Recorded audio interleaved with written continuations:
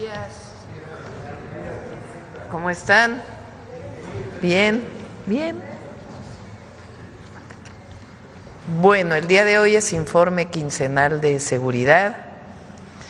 Está con nosotros y agradecemos el doctor Alejandro Gertz Manero, fiscal general de la República, la licenciada Rosa Isela Rodríguez Velázquez, secretaria de Gobernación, el maestro Omar García Harfuch, secretario de Seguridad y Protección Ciudadana, el general Ricardo Trevilla Trejo, secretario de Defensa Nacional, el almirante Raimundo Pedro Morales Ángeles, secretario de Marina, el general Hernán Cortés Hernández, comandante de la Guardia Nacional, y la maestra Marcela Figueroa Franco, titular del Secretario Ejecutivo del Sistema Nacional de Seguridad Pública.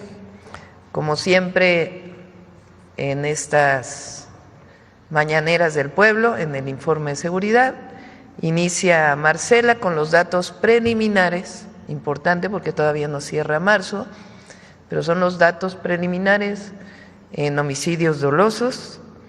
Después seguiría la secretaria de Gobernación para informar del programa integral de atención a las causas, que además de todos los programas de bienestar, el trabajo en educación, en salud, en todo lo que significa la atención integral a toda la población, pero en particular a quien menos tienen. Además de eso, son estos programas especiales que hacemos en distintas regiones del país y está a cargo tanto la Secretaría de Gobernación como el área de Prevención de Seguridad Pública. Rosa Isela nos lo va a informar. Después entraría el secretario de Seguridad para informar de las acciones más relevantes del Gabinete de Seguridad. Después el video que normalmente presentamos, que da cuenta de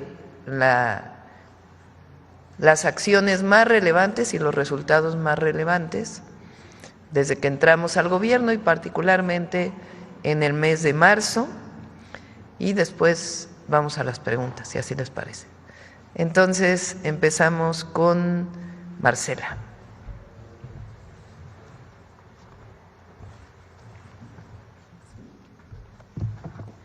Muy buenos días a todas y a todos. Con su permiso, Presidenta.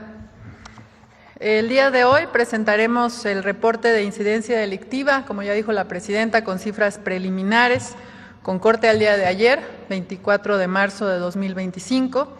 Esto con información de las 32 fiscalías estatales del país. Una vez que concluya el mes, se tendrán las cifras consolidadas de marzo, las cuales se presentarán en la siguiente conferencia de seguridad. La siguiente lámina, por favor, gracias. Iniciamos con esta gráfica que muestra el promedio diario de víctimas de homicidio doloso de forma anual desde 2018 a lo que va de 2025, para ilustrar el comportamiento que ha tenido este delito en todo el país a lo largo del periodo señalado.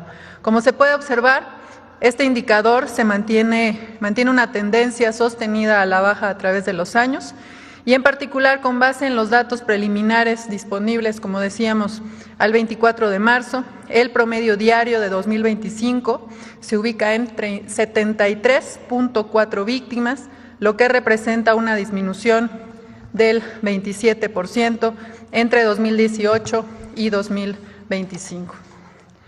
La siguiente gráfica muestra la evolución, pero mensual, del promedio diario de víctimas de homicidio doloso entre enero de 2024 y el 24 de marzo de 2025.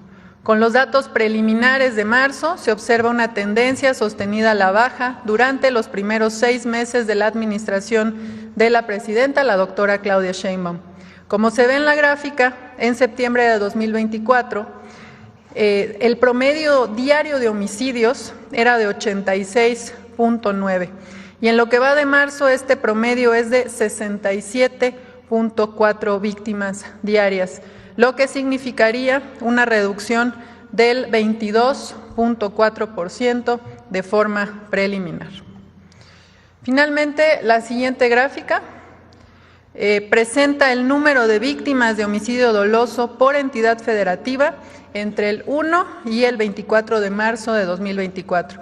Con estas cifras preliminares se identifica que prácticamente la mitad de los homicidios de este mes, de lo que va del mes, el 49.2% se concentra en 6 estados.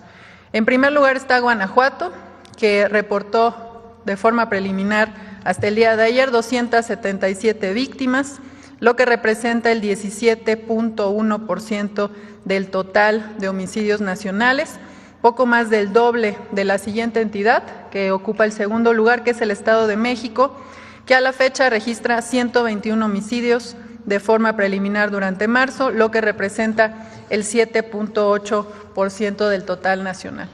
En tercer lugar está Chihuahua, con 6.7% del total nacional, seguido de Baja California, con el 6.1%, Sinaloa con 5.9% y Sonora con 5.6%. De mi parte es cuanto con respecto al informe de incidencia con datos preliminares al 24 de marzo de 2025. Como ya señalamos, los datos completos de marzo y de los demás delitos de alto impacto se presentarán en la siguiente conferencia de seguridad. Muchas gracias. Con su permiso, Presidenta. Con su permiso, Presidenta. Muy buenos días tengan todas y todos. Esta mañana informaremos sobre el trabajo que seguimos haciendo para atender las causas que generan las violencias en zonas específicas del país, como parte de la Estrategia Nacional de Seguridad, en particular la construcción de paz con jóvenes. Como hemos comentado, la construcción de paz nos involucra a todas y todos, y para el gobierno de la presidenta Claudia Sheinbaum, las personas jóvenes son una prioridad. Este sector enfrenta distintos retos, por ello diariamente trabajamos para mejorar sus condiciones de vida a través de las diversas acciones enmarcadas en las atenciones a las causas que generan entornos de paz estables y duraderos, como son la cobertura de los programas sociales que se implementan en todo el país. Como parte de la campaña preventiva nacional y permanente Aléjate de las drogas, el fentanilo te mata, se han impartido pláticas en las ferias de paz, centros comunitarios y parques. Se han efectuado a la fecha 1,199 jornadas de paz. Y con la estrategia de seguimiento con la Secretaría de Cultura, se efectuaron convites en donde se desarrollan diversas actividades lúdicas, artísticas, obras de teatro, conciertos y cuentacuentos, definidas en coordinación con la población a partir de su riqueza cultural, necesidades y problemáticas sociales. También se incorporaron en 110 actividades deportivas como torneos de fútbol, voleibol, básquetbol, clases de tiro con arco, actividades físicas y rodadas ciclistas. En preparación de la Clase Nacional de Boxeo 2005, se realizaron 135 clases de entrenamiento de box en coordinación con la CONADE de la Secretaría de Educación. Continuamos trabajando de manera coordinada con las autoridades estatales y municipales. Las brigadas del Gobierno de México han recorrido 17 municipios en Baja California, Chiapas, Chihuahua, Estado de México, Guanajuato, Guerrero, Michoacán y Tabasco, brindando 527,000 atenciones. Ahí hemos realizado más de 87,000 visitas casa por casa. Esa misma dinámica inició la semana pasada en Salamanca, Guanajuato. En esta labor participan 38 instituciones del Gobierno de México con una oferta de más de 100 programas y servicios, lo que nos ha permitido dar una atención directa a la población en sus comunidades. Agradecemos a todos los servidores públicos, pero muy importante a la Secretaría de Bienestar, a la Secretaría de Salud, al IMSS Bienestar, al ISSSTE, entre muchas otras, que han hecho posible la realización de 110 ferias de paz, donde se brindó atención médica, orientación jurídica, talleres, actividades recreativas y de difusión mediante la oferta de servicios de los gobiernos. A las personas jóvenes que ya no estudian y no han encontrado opciones laborales, se les ha incorporado al programa Jóvenes Construyendo al Futuro. Solo en Guanajuato, Guerrero y Ciudad Juárez, en Chihuahua, se inscribieron en estos últimos días 4,062 jóvenes. Con vecinas y vecinos conformamos 118 comités de paz para que las comunidades y gobiernos actúen en la identificación de necesidades y en la gestión de las acciones. La semana pasada dimos apoyo también a la Secretaría de Bienestar en el pintado de viviendas en Acapulco y la recuperación de espacios en Ciudad Juárez, Celaya y León, buscando siempre que tengan cobertura los senderos de paz. Además, en Chiapas se entregaron 127 aparatos funcionales que proporcionó el DIF, se habilitó una antena de la Comisión Federal de Electricidad para ofrecer internet sin costo y se abrió una sucursal del Banco de Bienestar. Ahí en Chiapas estamos en la Trinitaria, en frontera con Malapa, en Chicomucelo, en Tila, en San Cristóbal de las Casas, trabajando con el gobierno del estado. Todas estas acciones han sumado 868,000 atenciones a lo largo del país y en los municipios prioritarios. Finalmente, mediante Sí al Desarme, Sí a la Paz, una acción que realiza el Gobierno de México con las iglesias, con la Iglesia Católica, evitamos el riesgo de que niñas, niños y jóvenes accedan a armas de fuego guardadas en sus hogares. Del 10 de enero, cuando iniciamos la instalación de módulos de canje a la fecha, se ha logrado la entrega voluntaria y anónima de 1,152 armas de fuego en 6 municipios de 5 estados, lo cual equivale a 782 armas cortas, 286 largas y 84 granadas, además de cargadores, cartuchos y estopines. Informar, señora presidenta, que solo en la Basílica de Guadalupe se intercambiaron 453 armas y granadas, mientras que en la Catedral de Ciudad Juárez, en menos tiempo, recién concluimos en marzo, ahora fueron en Ciudad Juárez 437. Ahí es donde más armas largas se han recolectado. A principios de abril anunciamos que estaremos instalando este módulo en Celaya, Guanajuato, y también en Villahermosa, Tabasco. A la par del canje de armas, hemos intercambiado más de 2,800 juguetes bélicos por didácticos para promover entre niñas y niños y adolescentes la cultura de la paz. Muchas gracias por su atención y gracias a todos los que participan en los programas. Gracias, presidente.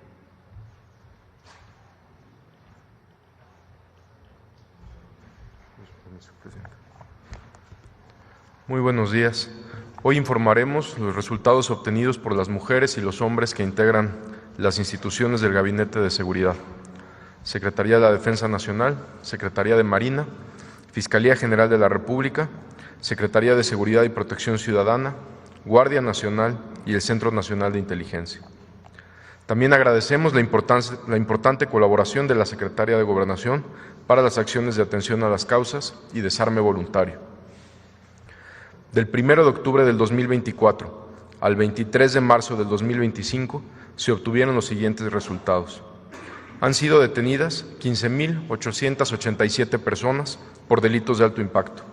Se han asegurado 134,7 toneladas de drogas, incluyendo 1,347 kilos de fentanilo y más de 2 millones de pastillas de fentanilo, evitando que estas sustancias nocivas afecten la salud de miles de jóvenes, y con esto también se evita el fortalecimiento de las organizaciones criminales por la enorme cantidad de recursos económicos que estas drogas representan.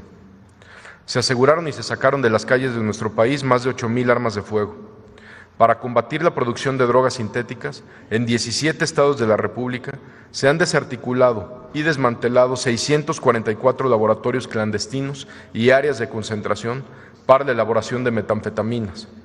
En estas acciones se han asegurado casi 900,000 litros y 216,280 kilos de sustancias químicas, 504 reactores de síntesis orgánica, 322 condensadores, 124 destiladores.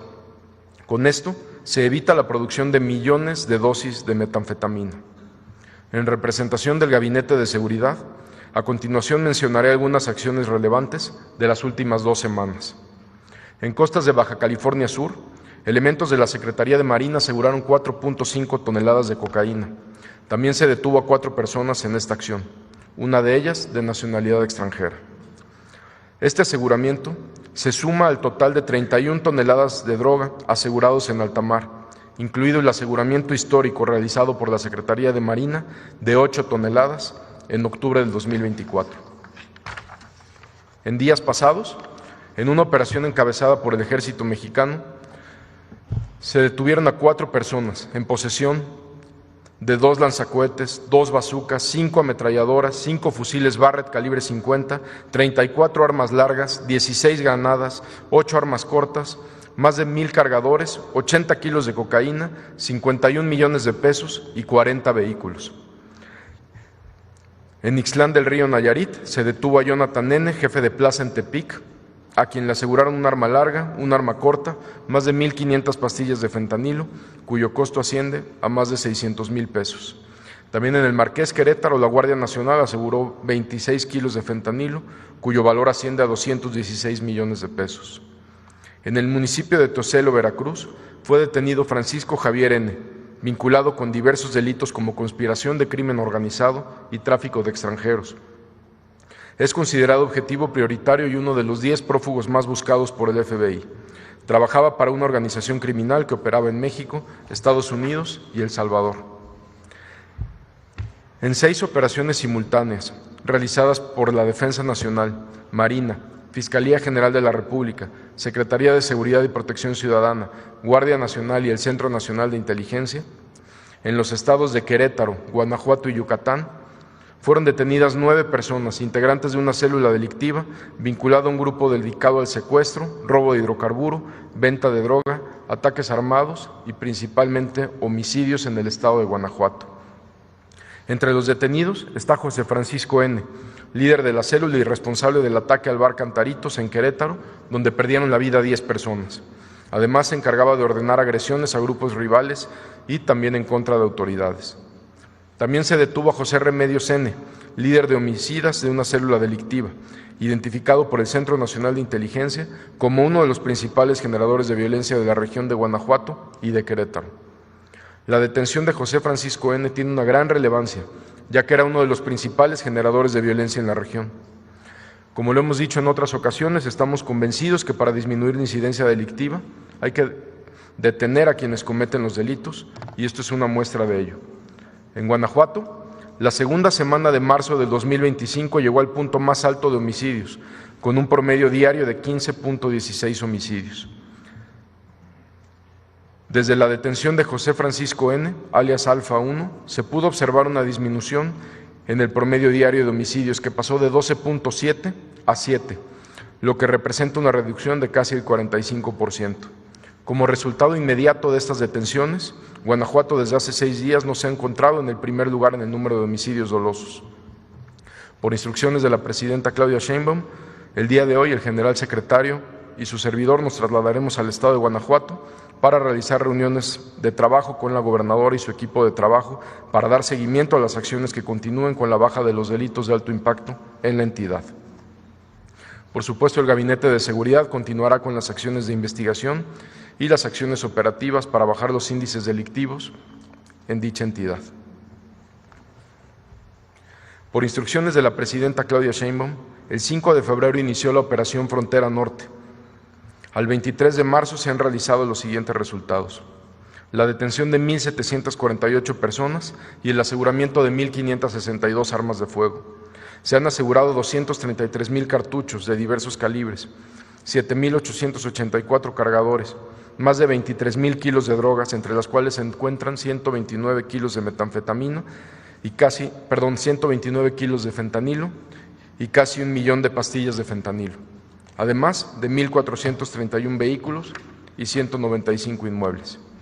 Como parte de este operativo, se han realizado los siguientes aseguramientos y detenciones. En Tecate, Baja California, fueron detenidas 3 personas y se aseguraron 42 kilos de fentanilo y 7 kilos de heroína, con un costo de la droga de 344 millones de pesos. En Mexicali también se aseguró un arma larga, 200,000 pastillas de fentanilo, más 21 kilos de fentanilo. La afectación económica por este aseguramiento es mayor a 250 millones de pesos. En San Fernando, Tamaulipas, se aseguraron 712 kilos de metanfetamina, con un valor de 210 millones de pesos. Queremos informar también que resultado del reforzamiento a la seguridad en el estado de Sinaloa, del 1 de octubre del 2024 al 23 de marzo del 2025, han sido detenidas más de 1,000 personas. Se han asegurado 1,489 armas de fuego y se han asegurado 51,970 kilos de droga, entre ellas 1,118 kilos y 1,133,072 pastillas de fentanilo. También en el estado de Sinaloa se han destruido 68 laboratorios para la elaboración de metanfetamina. Entre las acciones realizadas en esta entidad en los últimos 15 días destacan las siguientes. En el municipio de Culiacán fueron detenidas 2 personas a bordo de un vehículo con 102 kilos de metanfetamina. También en Culiacán fueron detenidas 2 personas, entre ellas un ciudadano estadounidense, quien cuenta con orden de aprehensión en Arizona.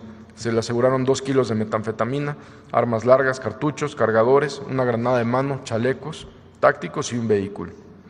En el mismo municipio, resultado de trabajos de investigación de gabinete y campo, se identificó la operación de una célula delictiva relacionada con el trasiego internacional de droga, el trasiego de armas y la construcción de laboratorios de metanfetamina, además de realizar actividades de reclutamiento, secuestro, homicidios y ataques a autoridades y grupos rivales.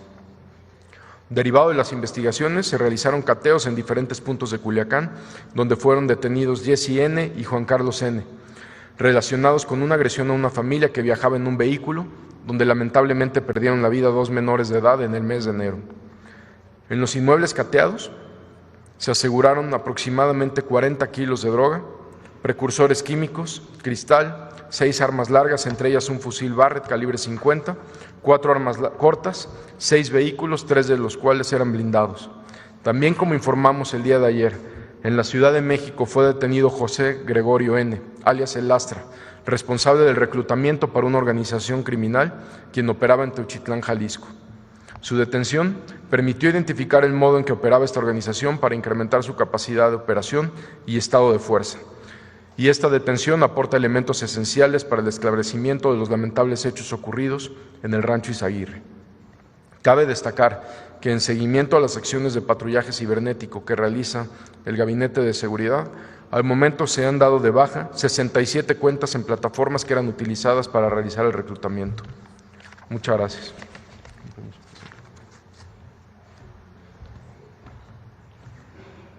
Pues esta es la información. Si me pasan la primera gráfica de homicidios.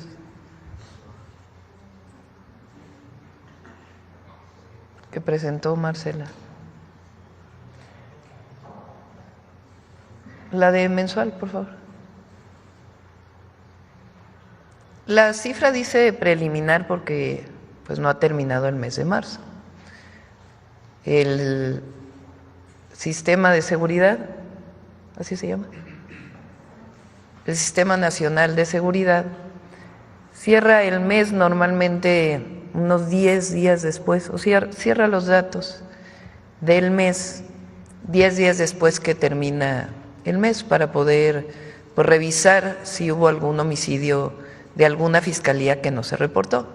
¿De dónde sale este número? De la información que envían las fiscalías estatales todos los días. De ahí se construye este número que revisamos todos los días en el gabinete. Y es importante destacarlo, aunque sea cifra preliminar de marzo, porque entre septiembre y marzo son 19 homicidios menos diario.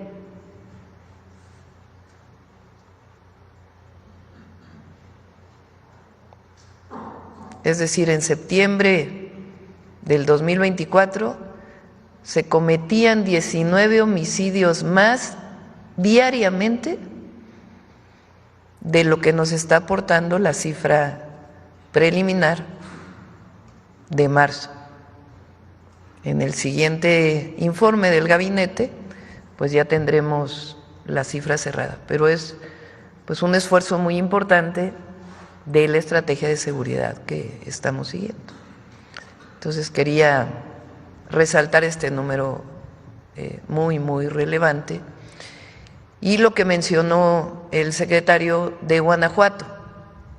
Por supuesto hay que estar trabajando diario para que no se eleven los homicidios, pero esta detención que se realizó al mismo tiempo en distintos estados para distintas células, por lo menos ha aportado que en esta semana pues hay una disminución significativa en Guanajuato. Es un resultado del Gabinete de Seguridad Nacional y el día de hoy pues se traslada el general secretario y el secretario de Seguridad para poder hablar con la gobernadora, su equipo de seguridad, para garantizar que sigan disminuyendo los homicidios en Guanajuato. Bueno, este es el resumen y pasamos a las preguntas. A ver aquí. El video, perdóname. El video, tanto preparan el video con mucho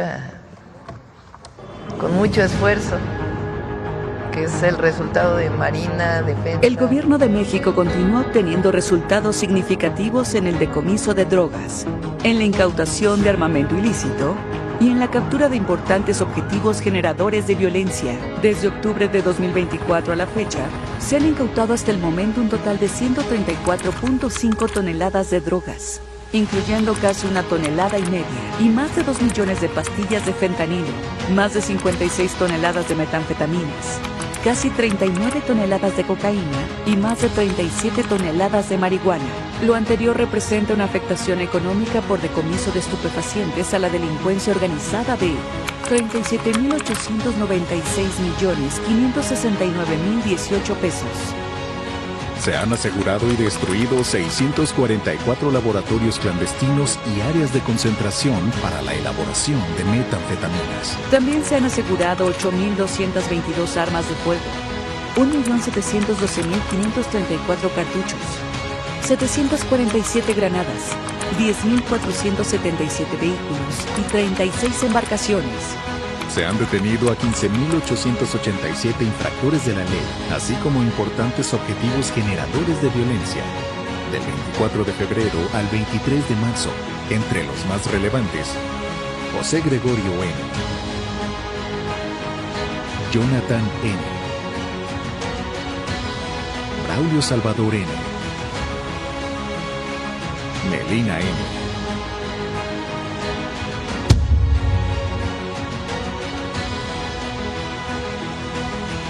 Carmen N., Luis Fernando N., José Roberto N., Rafael N. y Antonio N.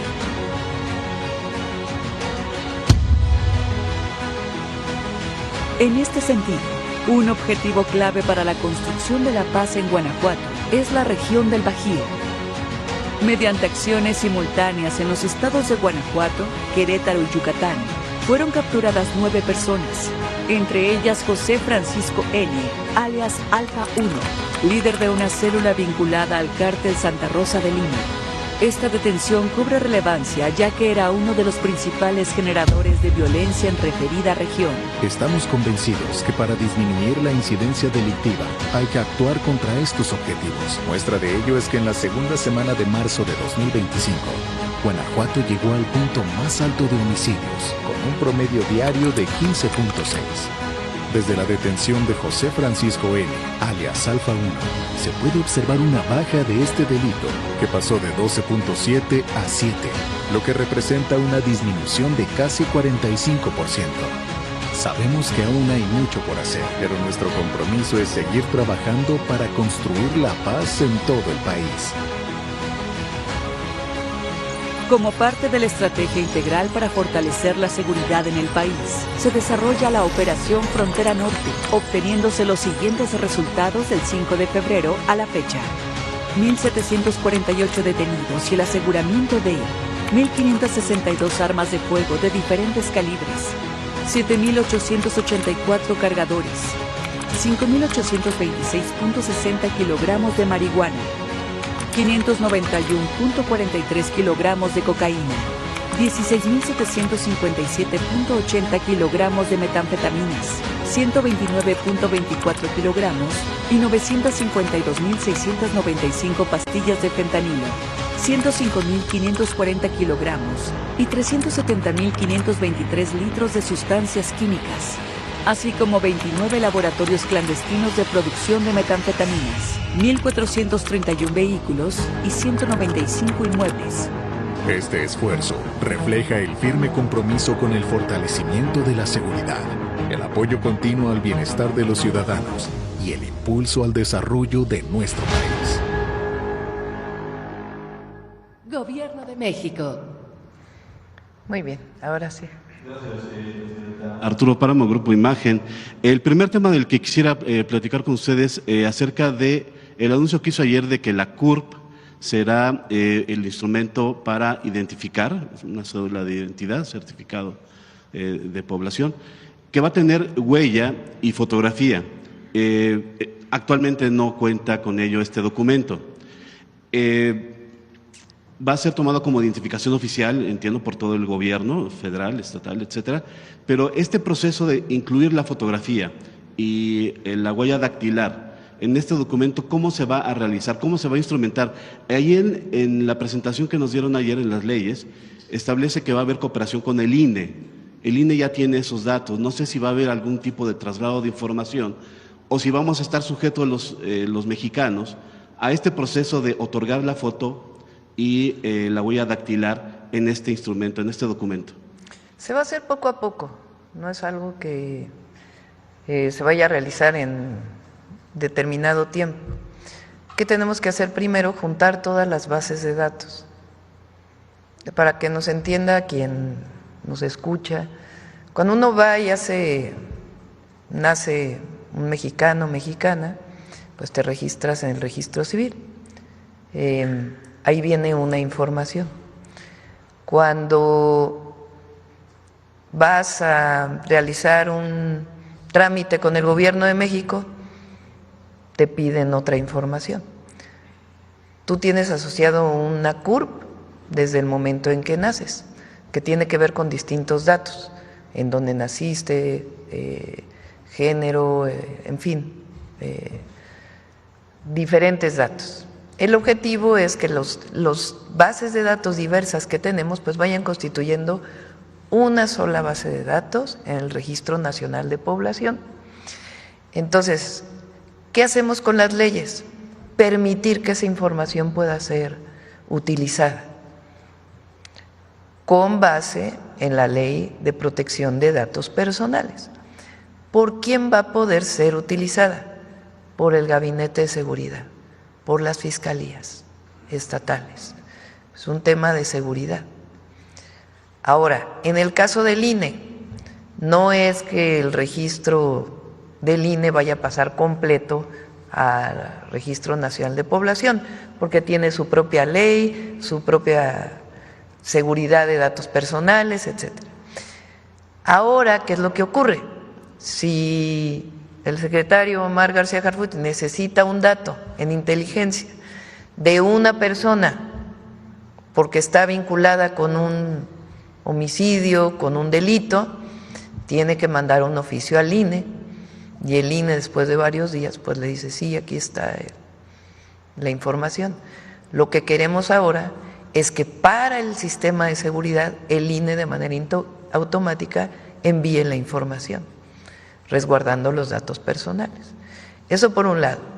Y por otro lado, hacer una plataforma única de las fiscalías, con información de las fiscalías de las personas desaparecidas o reportadas como no localizadas o desaparecidas en el país. Porque no hay, está en la ley, pero no están los procedimientos para poderlo hacer. Entonces, en el CURP esa es la idea, y poco a poco ir tomando huellas y datos para poder tener un registro pues cada vez más robusto de la identidad en nuestro país. Se lo pregunto para motivos de seguridad. Se lo pregunto porque el registro federal de electores del INE pues se ha estado construyendo a lo largo de 40 años aproximadamente. Entonces, esta CURP con la fotografía y con la huella dactilar tendría, me imagino que adquirirse equipo, hacerse una convocatoria, asistir a un módulo, y será, como se dice, un proceso de mucho tiempo. Sí, pero poco se va a empezar. Poco. Primero son las bases de datos que ya existen, juntarlas, sin considerar el registro de electores. Ese se queda aparte porque no queremos que se diga que ahora queremos usar el registro de electores para otra cosa. Además, tiene su propia ley, su propia dinámica. Constitucionalmente, el tema electoral tiene su propia normatividad. Lo que sí queremos es que el INE esté obligado a que frente a una institución de seguridad de inmediato dé la información. Y porque el registro federal de electores solamente es de 18 años en adelante. Además. De 18 para atrás, también se va en la CURP, todos tenemos CURP. Sí, poco a poco se va a ir construyendo este registro. Nos va a ayudar mucho en el país para el tema de seguridad. Y particularmente el tema de desaparición. ¿Se concluirá en el transcurso de esta administración, Presidenta? Sí. ¿Sí? Okay. Bueno, ese era el primero. El segundo es hacia el fiscal general de la República. Ayer nos comentaba usted que todavía no se tenía, no sé cómo llamarlo, posesión o a resguardo el predio de Izaguirre. Si nos pudiera comentar, señor fiscal, ¿en qué momento estamos? ¿Qué trámites se han hecho con la Fiscalía del Estado de Jalisco? Ya se entregó todo lo que había ahí, que dicen que se retiró. Ya se hicieron inspecciones de parte de ustedes. ¿Usted personalmente ha ido al predio o no ha ido?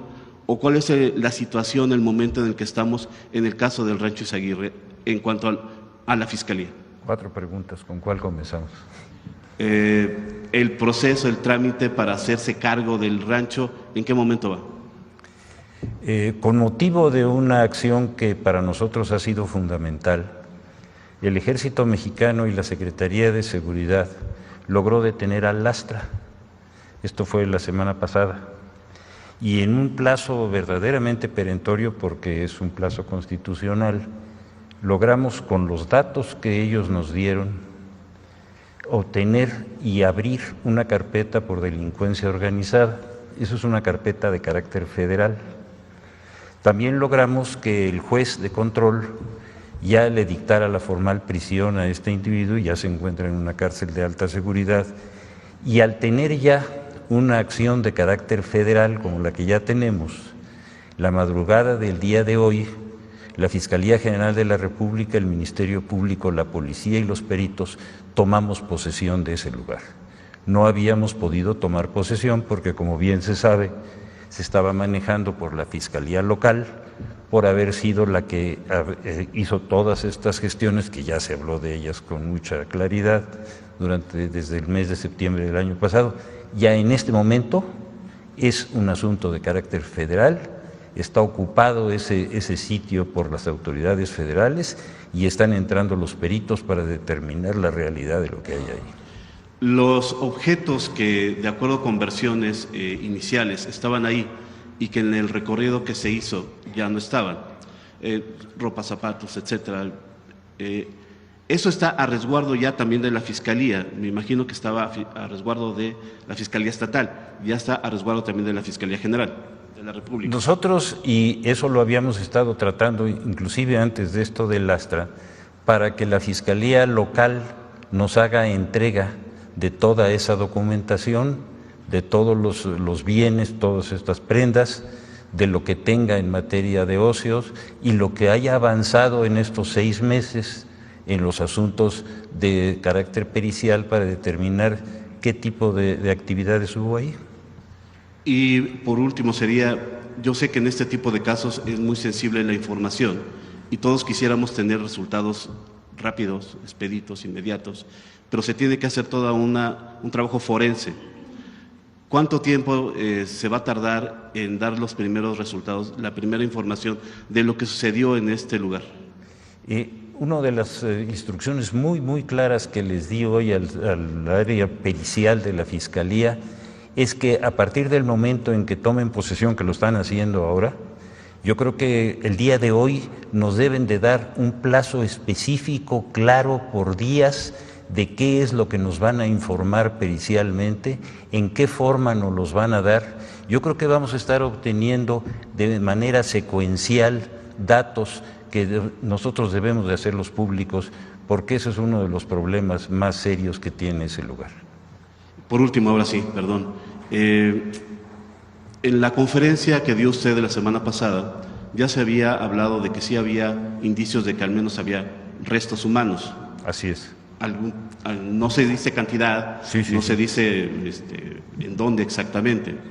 Ayer también el fiscal nos comentaba, el secretario de Seguridad nos comentaba que en la declaración inicial de esta persona detenida se hablaba de que se había ejecutado tortura en la capacitación de la gente que llegaba ahí y eventualmente se les privaba de la vida. ¿Hay algún indicio de que ahí sí hubo gente que fuera privada de la vida, restos ahí en el lugar? A ver, vámonos por orden. Ahí hay 3 preguntas. La primera, esta persona, las declaraciones que hizo ante los primeros respondientes, no declaró frente al juez. Nosotros tenemos que esperar las declaraciones frente al juez por razones procesales que son reconocidas. Todos los bienes de los cuales nos dio cuenta la Fiscalía local, pero que no nos ha entregado todavía las pruebas, en este momento, ya que tenemos abierta un caso federal, ya la orden va a ser inmediata para que todo lo que tenga en su poder lo entregue y los procesos periciales que tenga los continúe hasta que los termine, porque no quiero que se vaya a quedar un proceso pericial que lleva 6 meses, trunco, mientras nosotros estamos comenzando otro en el que podríamos tener toda la información que ellos ya recabaron. Le agradezco mucho, fiscal. A usted muchas gracias. Muy amable. Presidenta, nada más, si nos puede hacer un comentario. El próximo viernes viene a México en una gira que va a realizar por Centroamérica y por México, Kristi Noem, la secretaria de Seguridad Interior de Estados Unidos. ¿Algún comentario acerca de ello? Ayer también vimos que estaban aquí presentes en la tarde, bueno, en el transcurso del día, los secretarios de la Defensa y secretario de Marina, estaba gente de aduanas también. Es parte de todo este proceso de preparar el informe que tenga que hacer México hacia el 2 de abril para este tema de los aranceles. No es un informe, es una reunión de coordinación. Ella viene el viernes, la vamos a recibir alrededor de la 1 de la tarde, la vamos a recibir conjuntamente, fue su solicitud. La secretaria de Gobernación, el secretario de Seguridad, el secretario de Relaciones Exteriores y su servidora, y no es que vayamos a darle un informe, sino que es importante que se conozca cuáles son los resultados del Gabinete de Seguridad. Si recuerdan, acordamos una serie de acciones conjuntas en una reunión que hubo en Washington, donde estuvo el secretario de Marina, de la Defensa, el secretario de Relaciones Exteriores, y el propio fiscal, y ahí se acordaron una serie de puntos. Entonces vamos a dar seguimiento pues a esos acuerdos que se tomaron. Entonces aquí la vamos a recibir y vamos a estar en este proceso de coordinación. No tiene ya que ver con el tema de los aranceles, es darle seguimiento a los acuerdos que tomamos en materia de seguridad. La reunión que tuvimos con responsables de la Defensa y Marina es un trabajo que estamos haciendo para fortalecer aduanas y la recaudación de las aduanas. Entonces, estamos trabajando conjuntamente para fortalecer ese trabajo. Muchas gracias. Sí.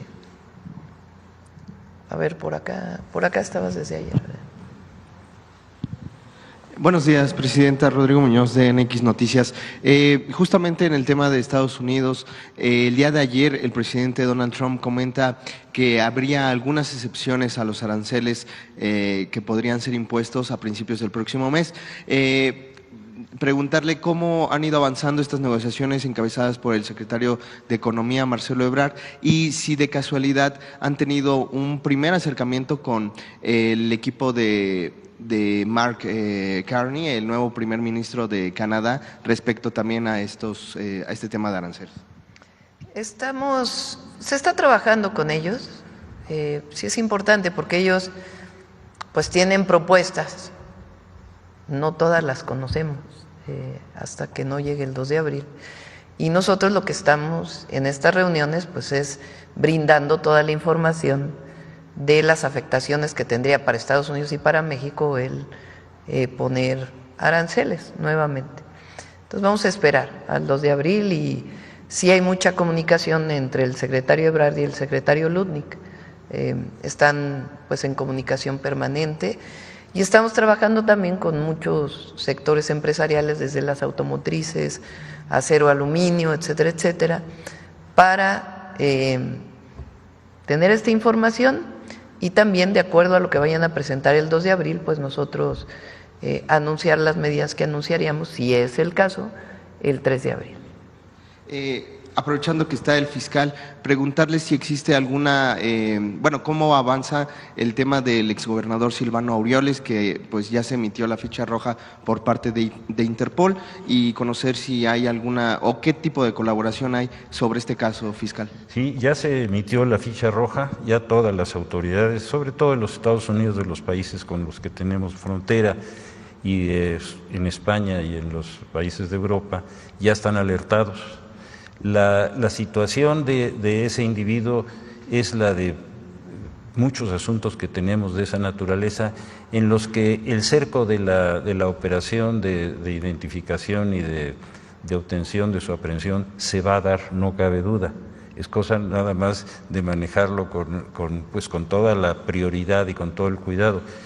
Como usted ya sabe, prácticamente todos sus cómplices ya fueron detenidos, han sido procesados, y en un plazo muy corto lo vamos a tener.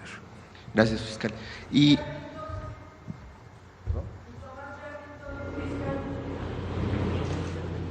Tomás Yarrington todavía está en los Estados Unidos.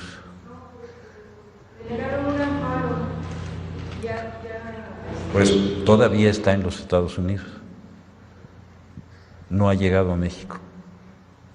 Cuando llegue a México y presente su amparo, vamos a acudir a las autoridades federales, judiciales, para poder obtener el cumplimiento de todas las sanciones que hay para él. Todavía está en los Estados Unidos. Presidente, si me permite, la última pregunta para el secretario Omar García Harfuch. Si la estrategia, esta reunión que va a sostener con las autoridades estatales de Guanajuato se parece a las reuniones que tuvo en Tabasco, y cómo le fue ahí, y ahora cómo pretende establecer este sistema ahí en Guanajuato. Gracias. Son reuniones que se hacen revisiones periódicas en materia de seguridad. Lo de Tabasco, la reunión de Tabasco fue una instrucción de la presidenta Claudia Sheinbaum, que nos giró al secretario de Defensa, al secretario de Marina y a su servidor, para incrementar el estado de fuerza en Tabasco, lo cual ha tenido un resultado positivo. Ha tenido aproximadamente en un mes un 25 o 28% de menos homicidios, que eso lo vamos a presentar también en 15 días. Y esta reunión de Guanajuato, pues derivado de estas detenciones que se realizaron en esta semana y la semana pasada, más las que se planean hacer, pues también la presidenta nos instruyó tener esta reunión con el gobierno de Guanajuato, con la finalidad de incrementar las operaciones, revisar la estrategia de seguridad y ver sobre todo en qué podemos apoyar como federación al Estado. Gracias, secretario. Gracias, presidente. A ver, aquí. Gracias, presidenta. Julián Mazoy, de SDP Noticias, un gusto estar acá. Y buenos días a todos, compañeros también. Presidenta, la primera de seguimiento acerca de este asunto de la CURP. Entiendo que es un proceso y va largo, pero saber si va a haber una credencialización física eventualmente o si es más bien sostener el número, los dígitos y letras que implica la CURP para que exista esta base de datos, o si eventualmente sí se planea credencializar al país. Se está revisando lo de la credencialización, por lo pronto es la identidad de la persona, que es lo más importante, que como saben hoy cuando hay una base de datos digital, pues nos permite hacer muchos cruces de información, particularmente al Gabinete de Seguridad, a las fiscalías, pues que le permitan dar mucho más rápido, sea con una víctima o con un presunto delincuente. Bien, sí, perfecto. Y Presidenta, pues este fin de semana se inauguró, usted estuvo presente ahí en Hidalgo, se inauguró ya la construcción del tren México-Pachuca, que implica pues una construcción de mucho más que solamente eso, es la primera parte de un plan muy amplio que usted ha presentado. Dentro de ello mismo, pues vi la transmisión y no pude evitar, Presidenta, recordar una rueda de prensa que dio usted en la transición, en su casa de transición en Iztapalapa, donde estoy presente, y a pregunta de una reportera periodista internacional, entiendo que venezolana, le preguntó, Presidenta, Presidenta electa en ese momento, ¿cuál va a ser el sello de su gobierno? Y usted dijo, pues van a haber varios, van a haber diferentes cosas, un segundo piso, pero creo que para responder a esto me gustaría ser recordada como una presidenta que reconstruyó los trenes de este país, reconstruyó el sistema ferroviario que había sido privatizado y destrozado, vendido a particulares, y creo que así podría ser. Y no obstante, pues sobre ello ha habido una respuesta por parte de los sectores más reaccionarios de este país que cuestiona la utilidad de regresar a este sistema de movilidad. Hace un par de meses, quien entiendo que es abogado personal de Felipe Calderón y fue exsecretario de Trabajo, Javier Lozano, dijo lo siguiente en un espacio de análisis al cual recurre la oposición de forma regular. Sucedió el 12 de diciembre de 2024 y me voy a permitir leerlo textualmente, disculpen la vulgaridad. Dice, en la 4T dicen, claro que sí estamos apostando en la infraestructura. ¿Cómo qué? Los trenes de pasajeros. Ya no mamen. ¿Cómo van a pensar que eso es apostar por la infraestructura sabiendo que van a perder dinero? Presidenta, pues ¿cómo responder a la reacción de la derecha conservadora, los sectores pues que evidentemente son minoritarios? Los ferrocarriles, la reconstrucción del sistema ferroviario es una medida muy popular. En esa misma rueda de prensa a la que hago referencia, usted decía que era parte de su proyecto porque la gente en las giras que hizo por el país durante la transición le decía que deseaban y que pues recordaban con un afecto particular el sistema ferroviario, y no obstante, pues sí, la reacción conservadora, a pesar de ser pues un sector minoritario, tienen una sobrerepresentación en espacios mediáticos y va a haber que hacer frente a los argumentos que siempre se presentan, contraargumentos, pues que los trenes son de los años 60, que hay un impacto ecológico, que no son viables económicamente, que pues hay medios de transportes más eficientes. ¿Hay algo que se puede hacer? ¿Se debe de hacer algo para pues responder a la reacción ante esta sobrerepresentación mediática que hay de estos argumentos? Y pues la otra es pues preguntarle si se puede convencer a la reacción o si se debe, o cuál es el contraargumento, porque va a usted enfrentarse a esto siendo un pilar de su gobierno, la construcción de estas vías férreas, Presidenta. Bueno, primero este personaje, a ver si en una de estas mañaneras recordamos su historia para los jóvenes. ¿Quién es este personaje? ¿Con quién trabajó? Ya nomás el caso de, ¿cómo se llamaba este personaje que tenía guardado dinero ahí en Shen Li llegó? ¿No lo mencionó a él? No lo mencionó, Presidente. Él lo mencionó a Lozano, ¿no? No, yo digo, el no lo Copel a mencionó su él cuello, en el ¿no? De aquella sí, época. Claro. Sí. Hay que recordárselo a los jóvenes. Vamos a pedirle hay alguno de los equipos que hace las cápsulas que haga una historia de este personaje, porque luego no se conoce. Aprovecho a los compañeros de los medios alternativos. No se preocupen tanto por lo que dice Riva Palacio. ¿Quién es Riva Palacio? ¿Quién lo lee? ¿A ustedes los ven más que a este personaje? Preocúpense por lo que ustedes informan al pueblo, a la gente. No, de verdad, o sea, fue de Notimex, ¿no? Con Salinas. Y después de eso, pues a lo que se dedica es a golpear, a construir historias ficticias, como si ustedes no tuvieran derecho a informar, como cualquier periodista que trabaja en un medio comercial. Tienen ustedes todo el derecho, todo. Y están aquí porque a veces informan mucho mejor que otros. Entonces no se preocupen tanto. Primero lo leen así, de este tamaño. Lo leen, no sé, ¿qué les gusta? 20,000 personas lo han de leer. Y a ustedes los ven, ¿qué? 100,000 en un en vivo. Bueno, Pedrero, ¿no?, que estuvo ayer aquí, es el segundo streamer, porque no por nada, pero esta mañanera se ve mucho. No se preocupen tanto por eso, no, al revés, todo lo que viene de críticas de ellos, pues lo que muestra es que ustedes están haciendo su trabajo. Ayer cuando hablábamos de esto me olvidé comentarlo. Entonces, ustedes hacen muy bien su trabajo y qué bueno que existen los medios alternativos. Entonces, bueno, eso quería comentarlo. De este personaje, pues hay que sacar su historia, quién es. Los trenes de pasajeros tienen muchas virtudes. Nada más vean lo que ha hecho Japón, lo que ha hecho China, Europa y los trenes de pasajeros.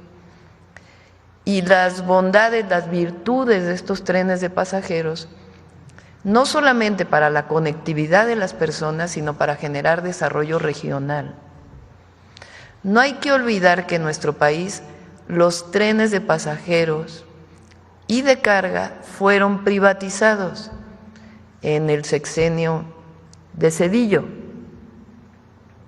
No hay que olvidar que Zedillo se fue a trabajar después de haber privatizado a una de las empresas a las que les dio el beneficio de la privatización.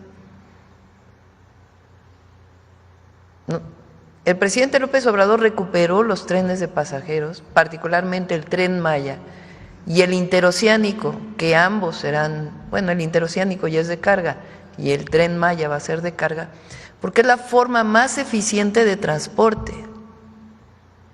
Nada más pongan, ahora hemos estado en los puertos, sale un contenedor de Manzanillo, entra un tráiler. ¿Cuántos contenedores le caben al tráiler? 2. La gasolina o el diésel que utiliza este tráiler. Cuando va el tren, pues lleva, no sé cuántos, a ver si Andrés nos dice, por lo menos 50 contenedores, ahorrando diésel, haciendo más eficiente el traslado. Para la carga y para los pasajeros, recupera además la movilidad de muchas poblaciones que cuando se acabaron los trenes en el país, dejaron de vivir alrededor de la economía que genera el paso de un tren. Entonces, imaginen, hay muchísima movilidad de personas que viven en Pachuca y vienen a trabajar a la ciudad o viceversa. Pues ya no van a utilizar un transporte, un camión o un autobús, sino que ahora van a utilizar el tren a precios accesibles. Claro, ellos están en contra de que el Estado recupere algunas de sus funciones que durante el neoliberalismo le quitaron. Es ideológico y además, bueno, escuchen nada más el tipo de cosas que dice. Están como obsesionados, enojados. Es así como, sí, no sé cómo explicarlo, están enojadísimos. ¿Por qué? Porque la gente ya no les cree. Todo esto, por ejemplo, que ha salido del rancho, y tuvo cientos de millones de menciones. Pero aquí se va a dar a conocer la verdad. Esa es la gran diferencia con la Cuarta Transformación. Antes se escondían la verdad. Nosotros no tenemos ninguna intención ni interés de esconder nada. Al revés, queremos que se dé a conocer todo y actuamos con responsabilidad y con amor al pueblo. Allá tienen los amores en otros lados, si es que todavía les queda un poco de amor, la verdad. Presidenta, una de seguimiento a este asunto de los trenes, pues son más de 3,000 kilómetros los que usted ha anunciado, incluyendo… 3,000 kilómetros que se han anunciado, especialmente en 2 rutas, la que va a ir desde la Ciudad de México hasta Nogales por el Pacífico, y luego en la transmisión usted también anuncia esta ruta que va por el Golfo, y hay un momento que no se escucha bien, pero usted dice el Golfo, ¿nos recuerda el nombre del Golfo?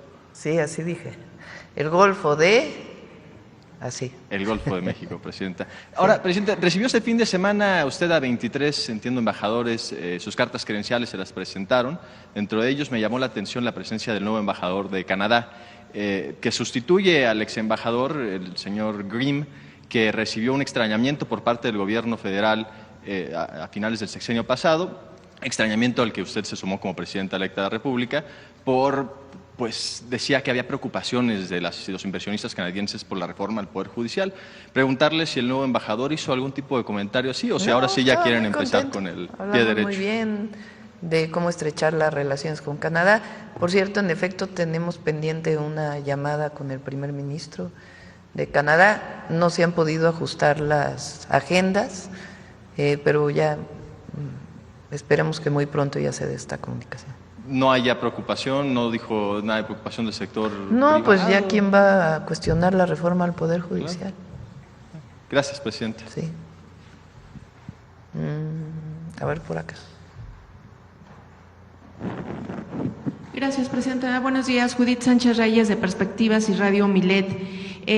Esta pregunta es para el fiscal, preguntarle si al haber abierto el rancho para que se hiciera un recorrido por personas no especializadas en materia forense y demás, no va a obstaculizar la investigación que va a hacer la Fiscalía en este sentido.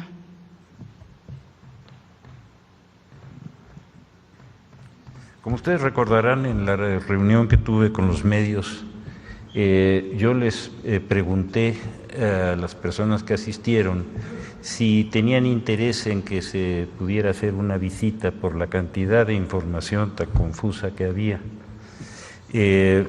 Hubo un acuerdo general, no hubo nadie que se opusiera, y les dije con toda precisión que nosotros les íbamos a pedir la autorización a la Fiscalía Local para ver si se podía hacer esa visita sin estorbar las actividades periciales que estaban haciendo. Se le hizo la consulta, estuvo de acuerdo y nosotros dimos todo el apoyo para que pudieran asistir ahí. Lo que nos encontramos fue una situación que no estaba prevista. La Fiscalía del Estado hizo después de que nos dio esa autorización, hizo una invitación por su propia cuenta para llevar a grupos sociales 1 hora antes de que llegaran los periodistas. Eso fue lo que vimos.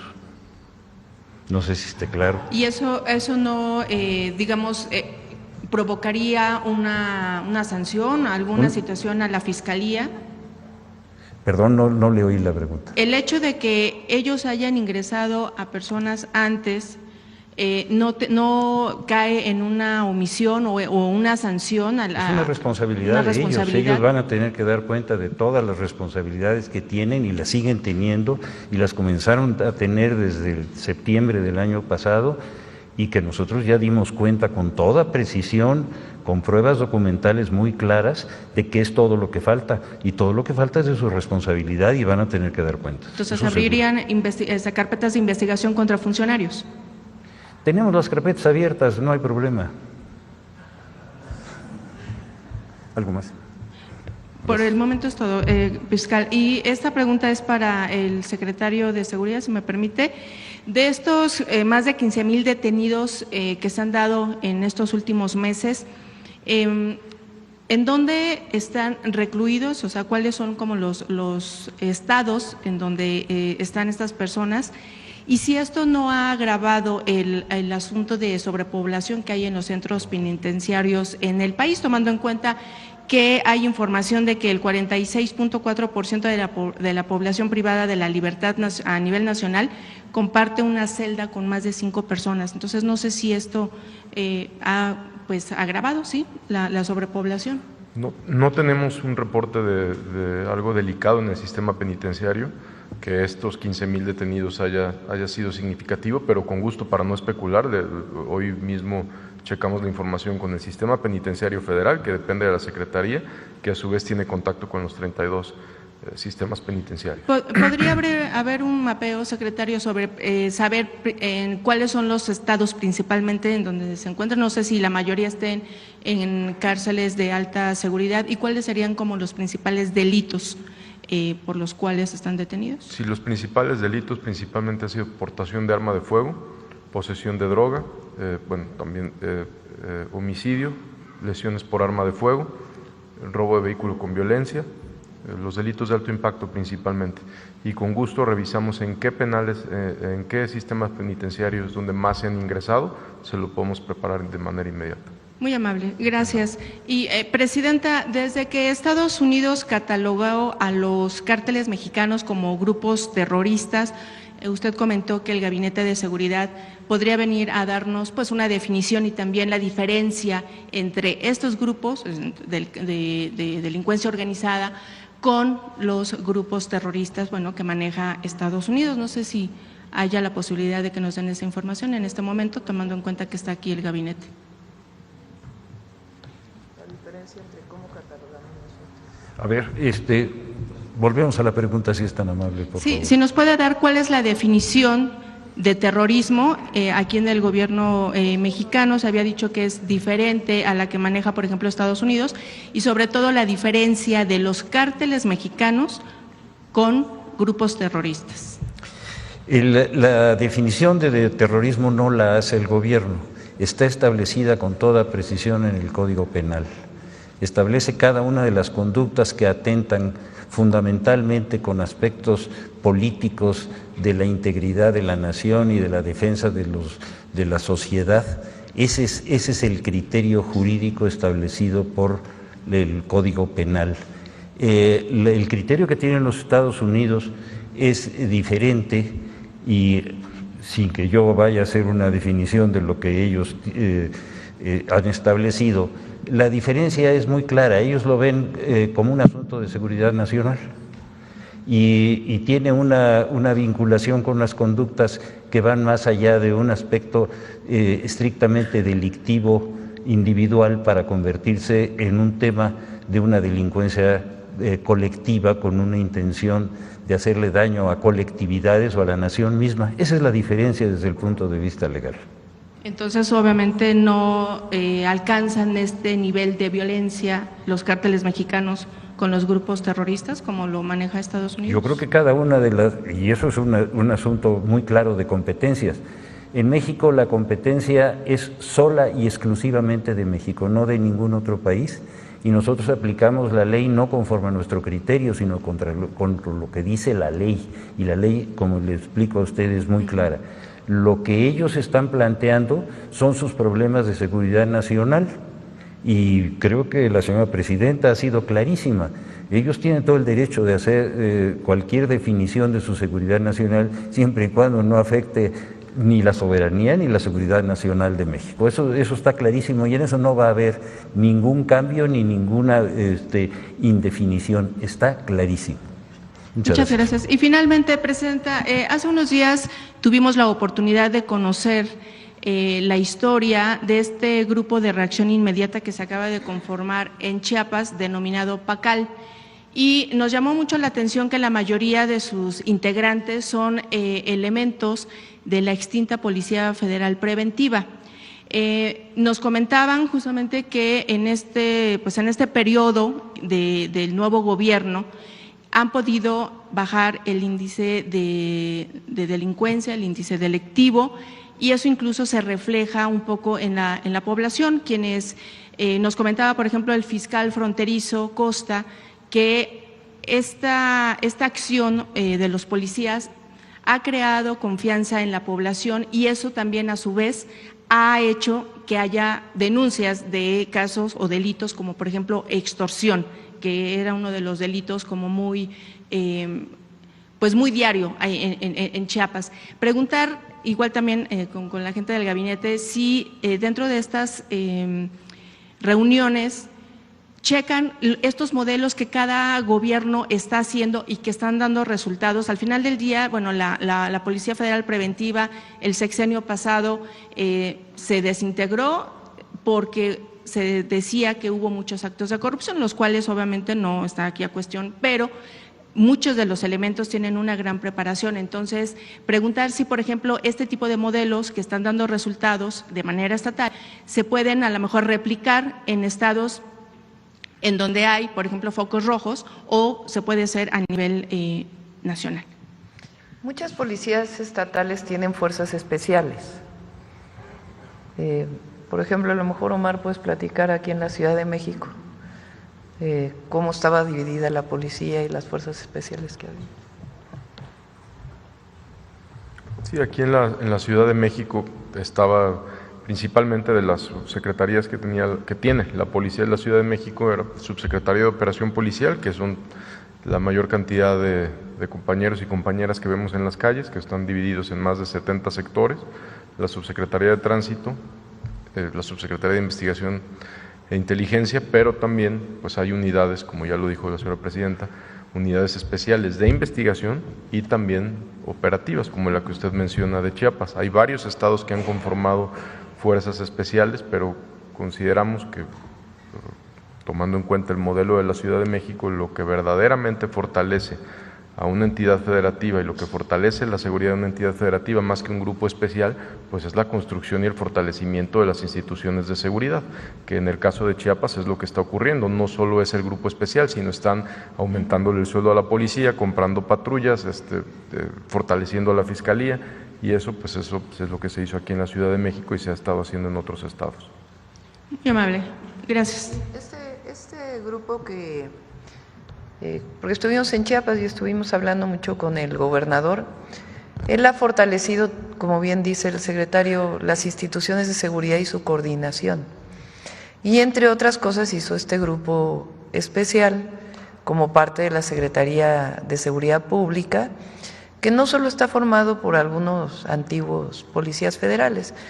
Él hizo entrevistas junto con su actual secretario de Seguridad de distintas personas que pudieran cumplir con la función que él ha planteado. Pero está trabajando con la Fiscalía, porque eso es importante. Para poder hacer una detención, ¿quién hace la detención? Si es en flagrancia, pues son las instituciones de seguridad, Secretaría de Seguridad, la Defensa, la Marina y ahora particularmente la Guardia Nacional o las policías estatales. Pero cuando hay una investigación que lleva una carpeta de investigación, ahí se colabora ahora con las áreas de inteligencia y, muy importante, la Fiscalía General de la República y las fiscalías estatales, porque, como bien ha dicho el fiscal general, la mayoría de los delitos son del fuero común. Entonces, en Chiapas, además de este grupo que tiene sus resultados, lo que ha ocurrido es que hay una coordinación muy grande del Gabinete de Seguridad y eso les ha dado resultados.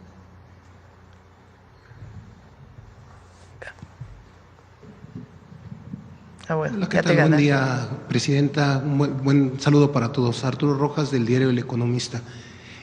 Platicando con madres buscadoras que se dieron cita al rancho Izaguirre la semana pasada, algunas me comentaron que esperaban un mensaje por parte del fiscal general y también por parte del fiscal estatal, pero que minutos antes de que esto fuera así, se les notificó que nadie de las autoridades iba a acudir. Me gustaría conocer si esto es verdad y por qué no acudieron ninguna autoridad al rancho.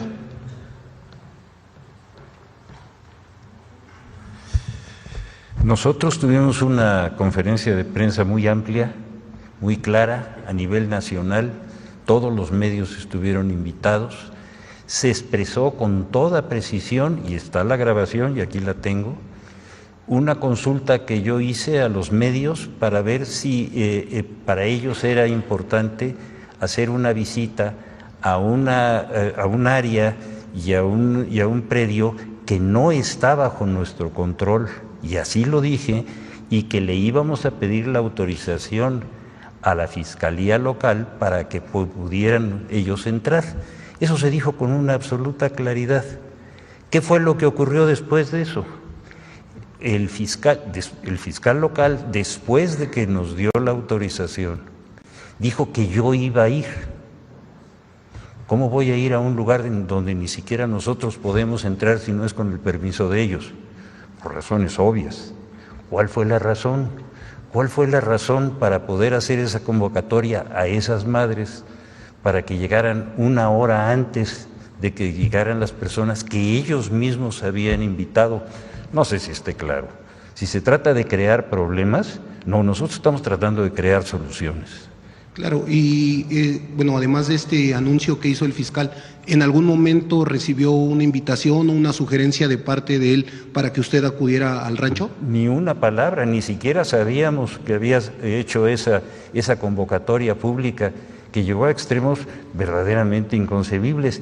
Él lo citó en las oficinas de la Fiscalía General de la República en Jalisco. Y lo hizo expresamente una hora antes de que pudieran llegar los periodistas que ellos mismos habían permitido que entraran. No, digo, está más claro que ya no puede ser. No sé si esté para usted claro. Muchas gracias. A usted. Para el secretario Omar García Harfuch, usted mencionó el día de ayer que las pruebas o los indicios no permitían que se hablara del Rancho Izaguirre como un campo de exterminio, sino como un campo de adiestramiento. Pero también usted mencionó que personas que estaban o que no querían ser reclutadas o que intentaban escapar eran asesinadas. Estas personas, ¿usted tiene indicio de qué lugar o en dónde eran asesinadas? Y si sí, podríamos hablar de campos de exterminio fuera del Rancho Izaguirre o en algunos puntos del país. Primero, y como lo dijo la señora presidenta, pues nosotros informamos con total transparencia y con absoluto apego a la verdad, con las pruebas que tenemos. Ayer mencionamos e informamos que hasta el momento no había indicios de que el Rancho Izaguirre fuera un campo de exterminio. Hasta el momento. Si se hubiera y si se tienen pruebas de que ahí se cometieron homicidios o de que en otros lugares se han cometido homicidios, lo digo por el trabajo que hemos realizado por muchos años en materia de seguridad, es muy distinto que en un inmueble se cometan homicidios a que sea un campo de exterminio. Es una cosa totalmente distinta que en un inmueble se haya cometido algún tipo de homicidio, tortura, a que sea un campo de exterminio. Entonces, en su momento, cuando lo determine la Fiscalía General de la República y podamos determinar cuántos homicidios, si es que los hubo, pues entonces ya lo informará de manera adecuada. Pues un campo de exterminio es un lugar donde de manera sistemática se asesinan a cientos y miles de personas, ¿no? Creo que todos lo tenemos claro. Gracias. Muchas gracias. Y bueno, como tercera y última pregunta, Presidenta, ante la desaparición del INAI, la semana pasada, el día viernes, se anunció que no todos los trabajadores serán dados de alta o pasarán a trabajar en la Secretaría. Usted había anunciado que esto no iba a ser así, que todos los trabajadores… No, nunca lo dije así. O sea, lo que comenté es que había trabajadores que iban a pasar a la Secretaría Anticorrupción y de Buen Gobierno y que los trabajadores que no pudieran acceder iban a ser liquidados conforme a derecho, conforme a la ley laboral. Claro. Eso fue lo que les dijo la secretaria Raquel Buenrostro a los trabajadores. Y bueno, justo en esta situación, ¿bajo qué términos o bajo qué aspectos se tomará en cuenta quiénes sí serán contratados, quiénes no serán contratados, qué aspectos tomarán en cuenta para esta decisión? Primero es importante decir por qué algunas personas no serían recontratadas. No es un asunto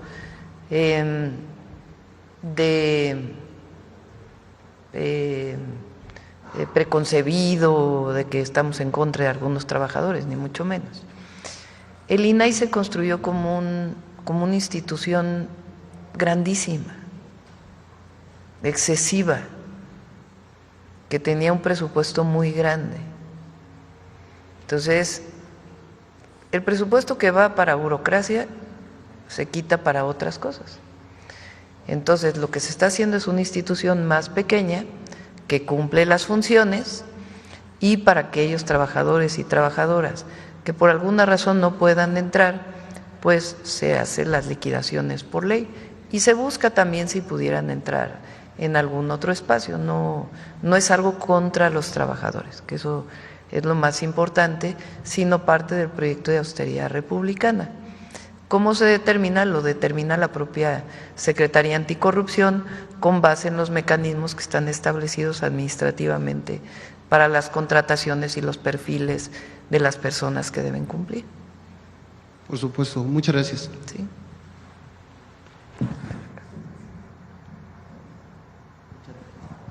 Buenos días, gracias Presidenta, integrantes del gabinete. Julio Sánchez de Uno TV. Quisiera insistir en el tema del rancho y sería para el fiscal general. Fiscal, quisiera preguntarle cuál sería el objetivo entonces de abrir el rancho, de invitar a los medios de comunicación a este lugar, abrirlo al escrutinio público. ¿Eso no afecta a la investigación en el sentido de lo que dice usted de lo complejo del tema?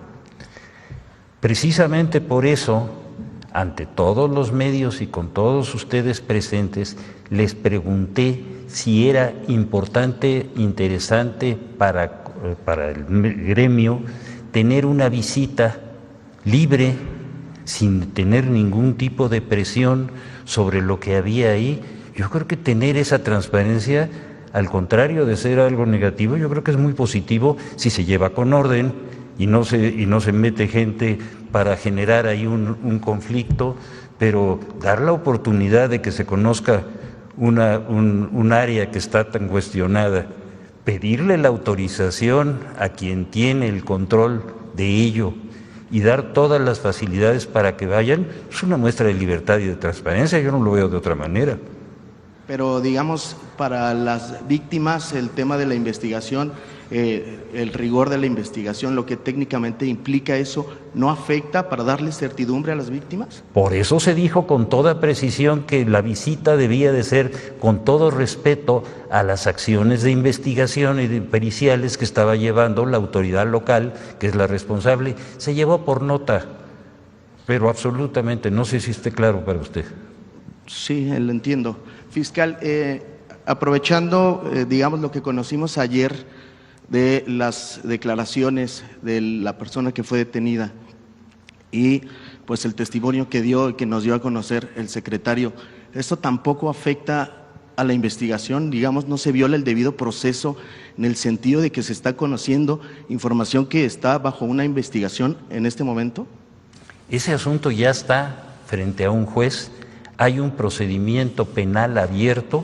Los procedimientos penales en México son absolutamente transparentes y abiertos a cualquier investigación de cualquier naturaleza. Lo que es secreto es la parte de la investigación cuando esa secrecía es indispensable para no perder pruebas o lastimar la investigación. Pero en este caso no hay ninguna situación de esa naturaleza. Entiendo. Digamos, con esta declaración, ¿se sabe cuántos restos hay o había en el lugar construyendo los testimonios de las personas que ya fueron detenidas? ¿Se puede saber qué pasó ahí para aclarar sobre todo a las víctimas que pareciera que son las que pues, no han sido consideradas de acuerdo a lo que hoy se conoce y lo que ellas han dicho? A ver, me repite con precisión la pregunta, si está con todo gusto. Digamos que entendiendo y conociendo los testimonios de las personas que hoy están detenidas, ¿se puede saber qué fue lo que ocurrió en ese lugar hasta el día de hoy y darles certidumbre a las víctimas, que parece que son las que no... ¿Habla usted del caso de Lastra? Del caso, sí, por supuesto, bueno, del caso en de el Jalisco. caso del Astra lo acabo de decir y lo voy a repetir con toda claridad. Se estableció, gracias a las acciones tanto del Ejército como de la Secretaría de Seguridad, la detención de este individuo que confesó ser el enganchador que llevaba a las personas a esa actividad. Ese es el punto y esa es la razón. También se le encontraron armas de fuego y droga, y todos esos elementos están ya frente al juez. El juez hizo un análisis y decretó la formal prisión de este individuo y lo sujetó a proceso. Ya, como lo acabo de decir, en su declaración preparatoria no quiso ya abundar. Lo vamos a ver durante el juicio. No sé si esté claro. Sí, fiscal. Y saber los restos que ya se tenían, de los que nos informó ayer el secretario Omar García Harfuch, de una primera operación desde el año pasado, ¿qué pasó con esos restos? ¿Los restos que quién tenía? Ayer el secretario nos informó que hubo en una operación el año pasado del Ejército, en ese lugar se encontraron restos al menos de una persona, fue lo que nos dio a conocer el día de ayer. No, la acción fue de la Guardia Nacional.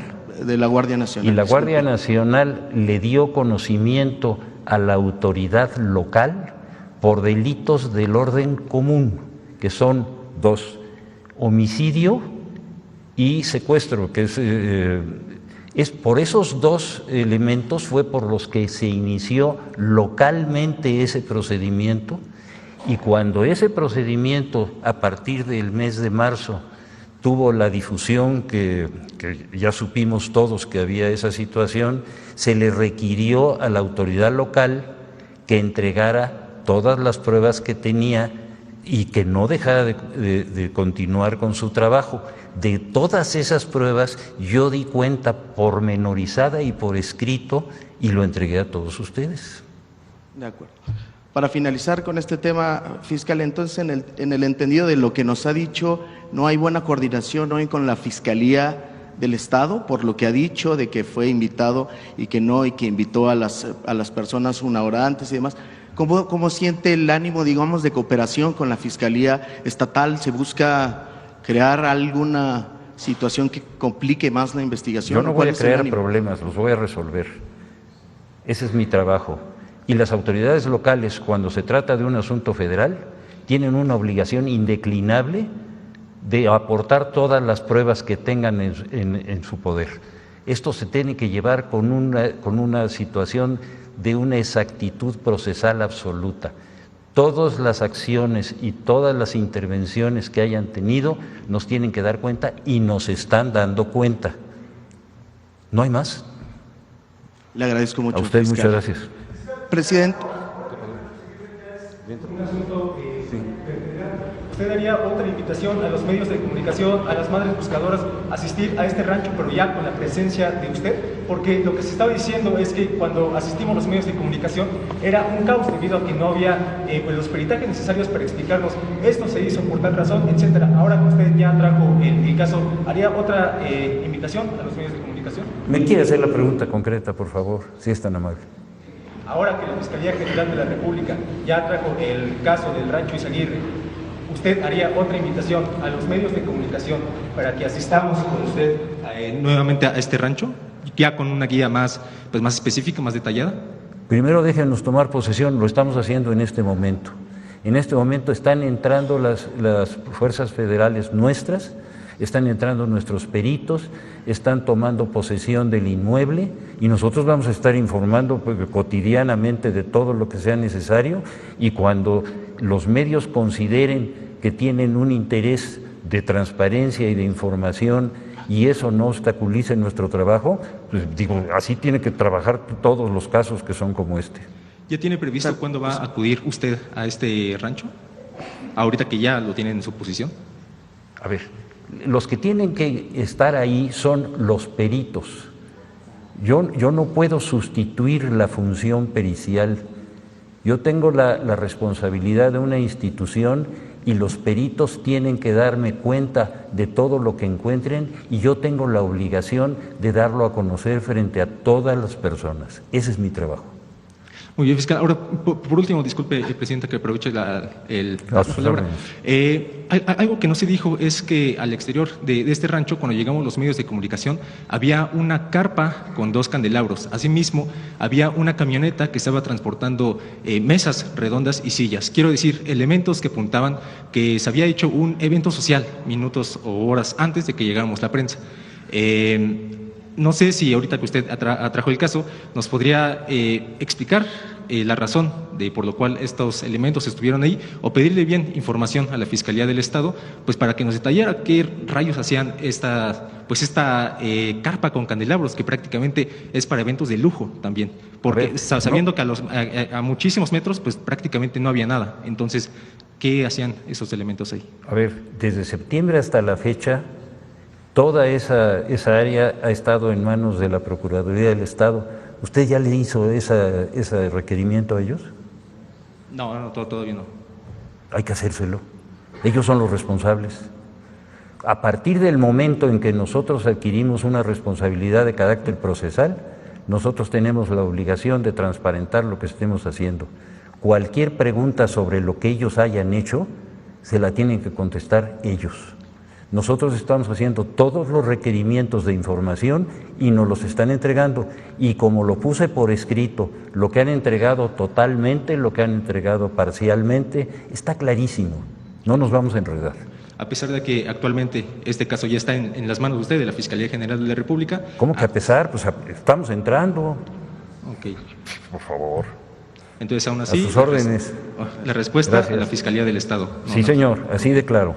Gracias. Sí, señor. Voy a terminar, presidenta, todavía no termino. ¿Perdón?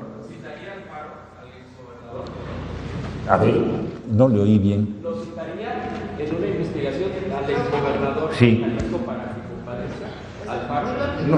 No se me adelante. Primero estamos tomando posesión, vamos a ver qué encontramos, vamos a darlo a conocer, vamos a transparentar todo lo que ha ocurrido, vamos a establecer las responsabilidades de cada una de las áreas, vamos a desmantelar algo que estaba creciendo de una manera desmesurada, sin pruebas y sin elementos lógicos. Tenemos que recuperar la información clara, precisa, y los responsables de cada uno de los aspectos que han tenido, en este caso, una difusión que tiene que ordenarse. Sí, señora, atrás, por favor. Todavía no termino, presidente. ¿Qué tal, fiscal? ¿Cómo está? Muy buenos días. ¿Perdón? Nada más que pregunte. Sí, perdón. Fiscal, sí. Hace una semana le pregunté en la conferencia de prensa. Sí, señor. Que cuándo tomaría usted posesión de la carpeta de investigación que se estaba realizando allá en Teuchitlán. Y su respuesta fue una invitación para ir al rancho. No fue la respuesta que yo esperaba, pero bueno, usted soltó esa invitación. ¿Me recuerda qué le dijimos cuando hizo la consulta a los reporteros que estábamos allí? Le dijimos que sí, que estábamos dispuestos a ir. ¿Cómo fue la pregunta que nos hizo? Porque eso no lo recuerdo, si fuera tan amable. Mire, para que no vayamos, porque si usted no lo recuerda, a mí me puede pasar lo mismo. Entonces, ¿qué le parece si pedimos que le den una copia del video de lo que usted consultó y de lo que yo le contesté? Yo se lo doy con mucho gusto. Y la otra pregunta que tengo que hacerle es, usted acaba de mencionar que todos los eventos que sean de interés público estarían abiertos para que la prensa vaya a estos lugares. Es lo que entendí, quiero que usted me lo diga, sí o no claramente, por favor. Yo voy a abrir toda la información que no estorbe la integración de las carpetas. Eso lo quiero dejar con mucha claridad establecido. Todo lo que se pueda dar de información para establecer con toda precisión lo que ahí ocurrió, quiénes son los responsables, a quiénes vamos nosotros a procesar. Toda esa información tiene que estar abierta. De esa información hay actividades periciales, de inteligencia, de testimoniales, de documentales que nosotros tenemos que procesar, y conforme los vayamos procesando, las vamos incorporando, y conforme esa incorporación no afecte el resultado de la investigación, las vamos a dar a conocer como lo hicimos ese día, y usted estuvo allí conmigo, con toda precisión y por escrito. Eso no se había hecho, ¿eh? Se lo pregunto, fiscal, porque en este caso no fue la escena de un crimen, o aparentemente la escena de un crimen, donde está el rancho Izaguirre, al menos por la detención de las 10 personas que tenían secuestrados a 2 y que asesinaron o mataron a otra más.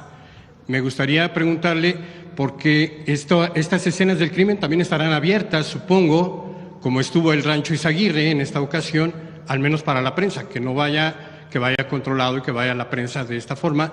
¿Es así? Y se lo pregunto porque desde 2005 no habíamos tenido la oportunidad de visitar una escena del crimen, los medios de comunicación, y en esa escena del crimen, en 2005, fue el caso Florence Cassés. Hasta hoy es la siguiente ocasión en que la prensa ingresa a una escena del crimen de esta manera. Preguntarle si en lo sucesivo vamos a tener elementos o pruebas o posibilidad de acceder a predios como este. Muchísimas gracias. Mire, el caso de Florence Cassés fue un montaje.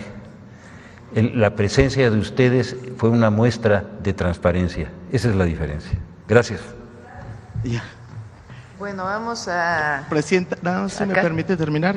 Sí, por favor. Esto no está... Gracias. Perdón. Muchas gracias, muy amable.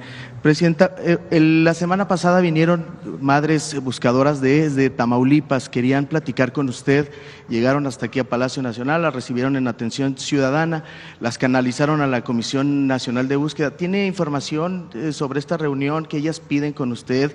Dicen que tienen pruebas, evidencia de lo que está ocurriendo en el Estado y que pues no están siendo atendidas por las autoridades. Dicen que hay falta de sensibilidad frente a su situación, pues de que llevan varios años en búsqueda de sus seres queridos.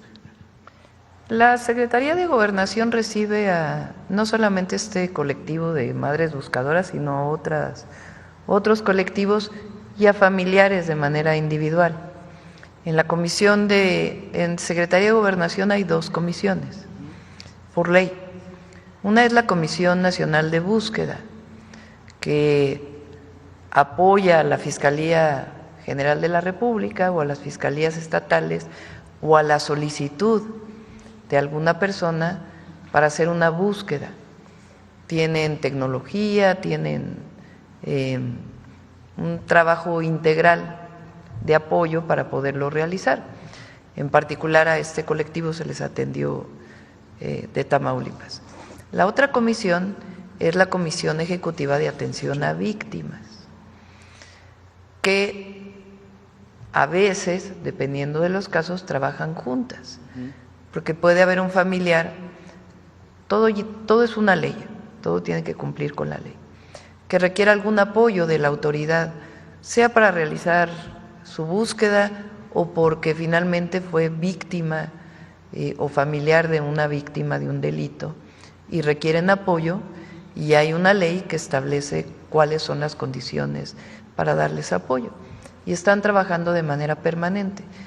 Hay también psicólogos, hay un grupo interdisciplinario que apoya en ambos casos, y hay varios casos en donde se está apoyando y se colabora con las comisiones estatales de búsqueda.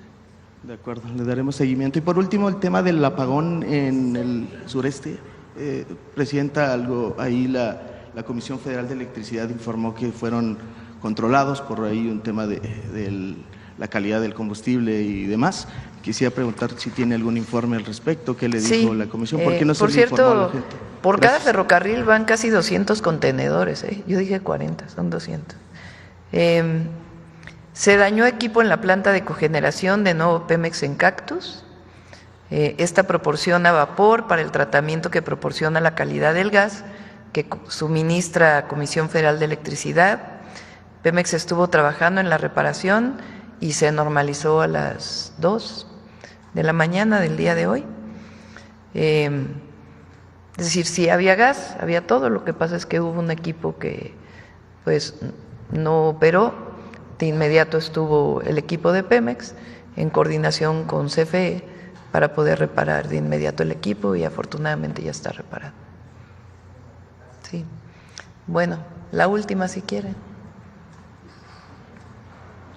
Muchas gracias, presidenta. Nancy Gómez, sin embargo, entre 2011 y 2013, hablando de esto que mencionaban ya, de que tienen total transparencia, han mostrado total transparencia en torno al caso del Rancho Izaguirre, entre 2011 y 2013 instalaciones de la prisión de Piedras Negras fueron utilizadas, pues en ese momento se dijo como campo de exterminio, y una investigación del Colegio de México, así con testimonios periciales, lo demostró. El presidente era Felipe Calderón y el gobernador de Coahuila, Humberto Moreira, pero bueno, esta información no salió en grandes medios, solamente medios alternativos y extranjeros lo retomaron. Y también se dio a conocer que los medios habían firmado un pacto, digamos, de silencio conveniente para el expresidente Calderón. ¿Por qué estas investigaciones sobre estas atrocidades no se reabren para, pues, en el momento esas víctimas acceder y que se les garantice la justicia actualmente ya con su gobierno? ¿Qué es lo que se puede hacer con estas, pues, digamos, casos emblemáticos de esa época? Lo revisamos, le pedimos aquí al fiscal que revise el caso de Piedras Negras. Okay. ¿O Fiscalía Estatal? Sí. Concretamente, ¿qué tipo de información le podemos aportar a usted? ¿Por qué las investigaciones sobre estas atrocidades no se reabren para combatir la impunidad y garantizar la no repetición de eso que ocurrió en ese sexenio, pero pues que, digamos, siguen habiendo víctimas que exigen justicia por eso? Nosotros estamos respondiendo en forma inmediata a cada uno de los casos. Tenemos el caso de Lastra, que fue un ejemplo que prácticamente en menos del plazo constitucional logramos establecer todo el procedimiento de procuración y todo el procedimiento de impartición inicial de justicia. Yo creo que en este caso lo que tenemos que tener muy presente es que este tipo de problemas que han sido, como usted bien dice, repetitivos, nosotros los manejemos en adelante con una gran transparencia.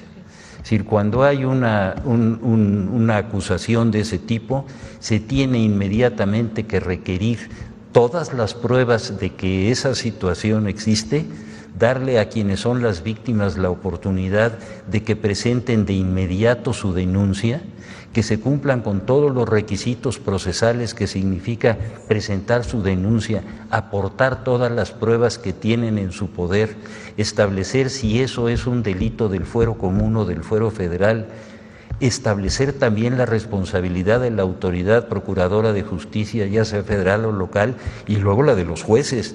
Es decir, esta es una cadena de responsabilidades que se inicia a partir del momento en que hay un hecho delictivo y el derecho que tenemos todos los mexicanos de acudir ante una autoridad, presentar las pruebas que tenemos obligación y a partir de ese momento establecer un camino. La coadyuvancia en materia procesal es una de las bases fundamentales de la defensa de las víctimas.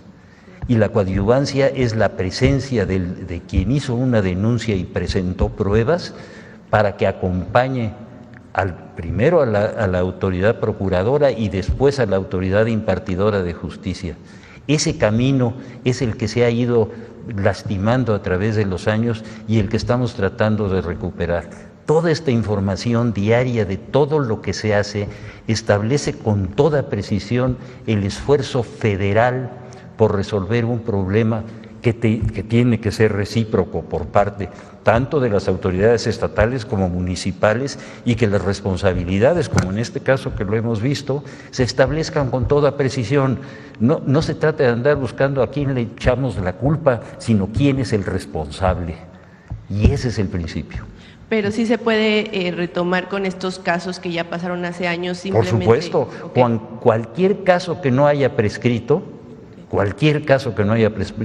y sobre todo que haya pruebas, que una denuncia esté sólidamente establecida con las pruebas correspondientes y que la persona que es una víctima sepa que cuando presenta una denuncia y tiene pruebas, tiene todo el derecho a ser apoyada y a buscar y a encontrar la justicia. Muchas gracias. Gracias a usted. También ya hace rato se mencionó al exgobernador de Jalisco, a Enrique Alfaro, y el fiscal mencionó que se va a investigar y se van a deslindar responsabilidades en cualquier ámbito si llegan las investigaciones hasta él también, conforme avance este proceso. Pero bueno, ha habido más casos de otros funcionarios, digamos, pues conocidos, la gente tiene en su memoria como el caso de Alejandro Moreno Cárdenas, que iba a ser desaforado y ya al final no fue, el de Rosario Robles, que está en libertad, el mismo Ricardo Anaya, que regresó del exilio y ahora es legislador sin consecuencia alguna, o Francisco Javier García Cabeza de Vaca y Aureoles, que también se mencionaba ya en esta conferencia, que están prófugos, que menciona el fiscal, tarde o temprano se va a detener, pero mientras sigue prófugo. ¿Qué garantías usted podría darle a la sociedad en general de que todos los actores involucrados en y en los que ya pasaron y los que quizás o lamentablemente puedan llegar a ocurrir, qué garantías se dan de investigación profunda y expedita, acceso a la justicia, verdad y no repetición? En el pasado había quizá dos palabras que explicaban lo que ocurría en el sexenio de Calderón, que nos dicen que ya no se debe mencionar. Pues sí, ellos ya no quieren que se mencione, ¿verdad? Porque fue muy oscuro con su secretario de Seguridad, que es montajes y pactos de silencio. A nosotros nos caracteriza la verdad y la justicia. Esa es la diferencia. Porque nosotros juramos no robar, no mentir y no traicionar al pueblo. Y las cosas están en las fiscalías, porque no es un asunto político. Todo es política, pero en particular en este caso, si hay un delito, pues tiene que perseguirse. ¿Y a quién le corresponde? A las fiscalías estatales o a la Fiscalía General de la República. Gracias, presidente. Bueno, muchas gracias a todas y a todos. Nos vemos mañana.